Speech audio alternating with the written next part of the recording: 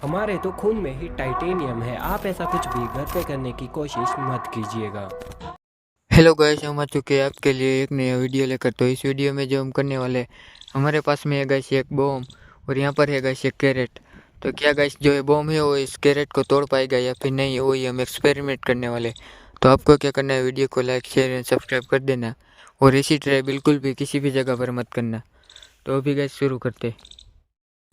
अभी गाइस मैंने कैरेट के नीचे गाइस इस बॉम को रख दिया है। अभी इस बॉम में आग लगाते।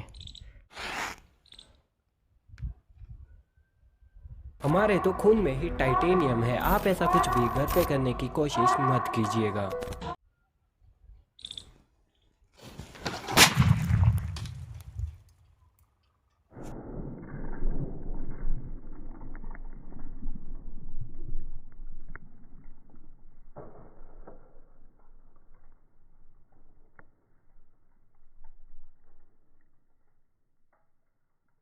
तो गाइस यहाँ पर देख सकते हो जो एक कैरेट है उसमें गाइस कुछ भी नहीं हुआ है। यहाँ पर देख सकते हो कुछ भी नहीं हुआ है, बिल्कुल भी सही है।